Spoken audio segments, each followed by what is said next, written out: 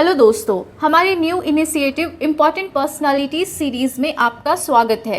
इस सीरीज में हम मॉडर्न हिस्ट्री ऑफ इंडिया के इम्पॉर्टेंट पर्सनालिटीज़ के बारे में विस्तृत चर्चा करेंगे, जो आपके अपकमिंग प्रीलिम्स एवं मेंस एग्जाम के लिए काफ़ी महत्वपूर्ण होगा। इससे आपको मेंस एग्जाम में आने वाले इम्पॉर्टेंट पर्सनालिटीज़ के सेक्शन को सॉल्व करने में आसानी होगी। साथ ही आप प्रीलिम्स एग्जाम में भी इम्पॉर्टेंट पर्सनालिटीज़ रिलेटेड क्वेश्चंस को ईजिली सॉल्व कर पाएंगे। आज की वीडियो में हम एक महत्वपूर्ण टॉपिक गांधी इन चंपारण पर विस्तृत चर्चा करेंगे।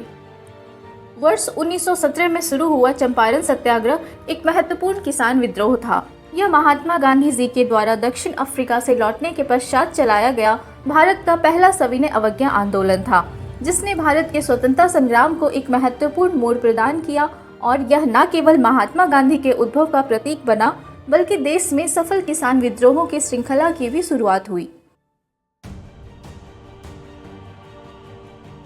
नील बगानों पर कठोर ब्रिटिश औपनिवेशिक नियमों के प्रति किसानों का असंतोष काफी बढ़ चुका था।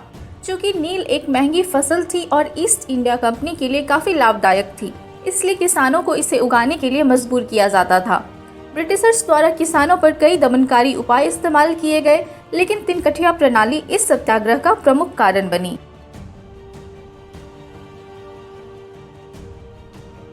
बिहार में भूमि की माप बीघा में होती है, जिसमें एक बीघा 20 कट्ठे के बराबर होता है। यूरोपीय बगान मालिकों द्वारा किसानों को कुल कृषि भूमि के 3/20 भाग पर नील की खेती के लिए मजबूर किया जाता था, यानी कृषि भूमि के प्रत्येक 20 कट्ठे में 3 कट्ठे पर नील की खेती, जिसे तिनकठिया प्रणाली कहा गया। नील किसानों की दयनीय स्थिति से द्रवित राजकुमार शुक्ल को जब गांधी जी के इंडियन नेशनल कांग्रेस के लखनऊ अधिवेशन में हिस्सा लेने की बात पता चली, तो उन्होंने इसे अवसर के रूप में लिया। राजकुमार शुक्ल अपने साथियों पीर मोहम्मद मुनीस, गोरख प्रसाद, ब्रजकिशोर प्रसाद और रामदयालु साहू के साथ दिसंबर 1916 में गांधी जी से मिले और उन्हें नील किसानों की वास्तविक स्थिति से अवगत कराया और उन्हें चंपारण आने का निमंत्रण दिया। इसी दौरान ब्रजकिशोर प्रसाद द्वारा लखनऊ सेशन में चंपारण किसानों के संकट के बारे में एक प्रस्ताव लाया गया, जो सर्वसम्मति से पारित हो गया।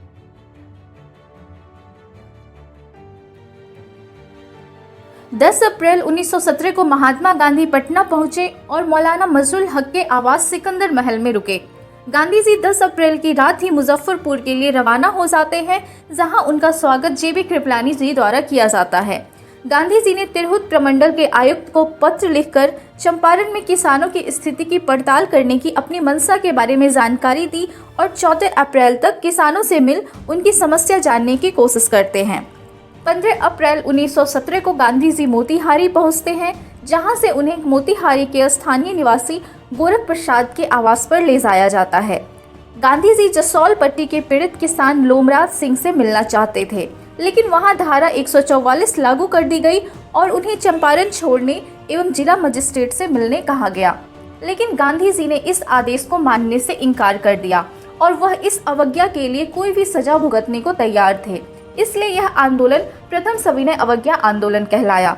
इस आंदोलन में गांधी जी के साथ थे ब्रजकिशोर प्रसाद, डॉक्टर राजेंद्र प्रसाद, अनुग्रह नारायण सिंह, रामनवमी सिंह, आचार्य कृपलानी, मजरूल हक, नारायण सिंह, महादेव देसाई, नरहरि पारिक व अन्य। इस दौरान गांधी जी पर सार्वजनिक आदेशों की अवहेलना के आरोप में मोतिहारी न्यायालय में मुकदमा भी चलाया गया। चूंकि ब्रिटिश सरकार ने देखा कि गांधी जी को चंपारण के लोगों का अपार समर्थन प्राप्त है, जो ब्रिटिशर्स के लिए समस्या उत्पन्न कर सकता था, इसलिए लेफ्टिनेंट गवर्नर एडवर्ड गेट ने गांधी जी को रांची बुलाया और नील किसानों के लिए एक कमेटी बनाने का प्रस्ताव रखा, जो चंपारण एग्रेरियन कमेटी कहलाया। 6 सदस्यीय चंपारण एग्रेरियन कमेटी के सदस्य थे FG सिलेई, कृत्यानंद सिंह, जी रीड, जी रेनी, LC अडानी और महात्मा गांधी। यह कमेटी 4 अक्टूबर 1917 को अपनी रिपोर्ट प्रस्तुत करती है, जिसकी सिफारिशों के आधार पर चंपारण एग्रेरियन बिल विधानसभा में 29 नवंबर 1917 को पेश किया गया, जो वर्ष 1918 में एक्ट बन जाता है। प्रारंभ में राजा हरिप्रसाद नारायण सिंह इस कमेटी के सदस्य थे, लेकिन खराब स्वास्थ्य कारणों से उनकी जगह राजा कृत्यानंद सिंह जी को कमेटी का सदस्य बनाया जाता है। चंपारण एग्रेरियन कमेटी की कुछ प्रमुख सिफारिशें थी: तिनकठिया प्रणाली का अंत, नील की खेती का स्वैच्छिक एग्रीमेंट जिसकी अवधि 3 साल से अधिक नहीं होनी चाहिए थी, नील की खेती के लिए भूमि के चयन का निर्णय रैयतों के पास होना चाहिए और अवैध टैक्स का 25% किसानों को वापस किया जाना चाहिए। चंपारण सत्याग्रह जन आंदोलन के युग की शुरुआत थी। इस सत्याग्रह में महात्मा गांधी एक मसीहा बनकर उभरे और सेकंड लाइन ऑफ लीडर्स का उदय हुआ। चंपारण सत्याग्रह पर विचार व्यक्त करते हुए बाबू राजेंद्र प्रसाद ने लिखा था, देश को सत्याग्रह के पहले अध्याय का पहला आधुनिक उदाहरण मिला। इस आंदोलन के दौरान गांधी जी द्वारा पहला विद्यालय बढ़ावा लखन सेन और दूसरा विद्यालय भीतरवा में खोला गया था। इस प्रकार चंपारण सत्याग्रह पहला आंदोलन बना जिसमें भारतीयों ने ब्रिटिशर्स को हथियार व गोले बारूद से नहीं बल्कि अपने दृढ़ निश्चय, सविनय अवज्ञा एवं जन भागीदारी से पराजित किया। इस आंदोलन की सबसे महत्वपूर्ण उपलब्धि यह थी कि गांधी जी देश की गरीब जनता के मन से ब्रिटिशर्स द्वारा बिठाए गए गहरे डर को दूर करने में सफल रहे। चंपारण के किसानों ने देखा कि अंग्रेजों को न केवल चुनौती दी जा सकती है बल्कि उन्हें हराया भी जा सकता है। Now some prelims pointers. Neil Dappan play in which the plight of indigo planters was highlighted for the first time was written by Deenbandhu Mitra in 1860 and was translated into English by Madhusudan Datta. The newspaper Pratap by Ganesh Sankar Vidyarthi published an article Champaran Mein Andhyar which highlighted the plight of farmers. Peer Muhammad Munis, a Hindi journalist from Champaran, also wrote for Pratap and many other Hindi newspapers.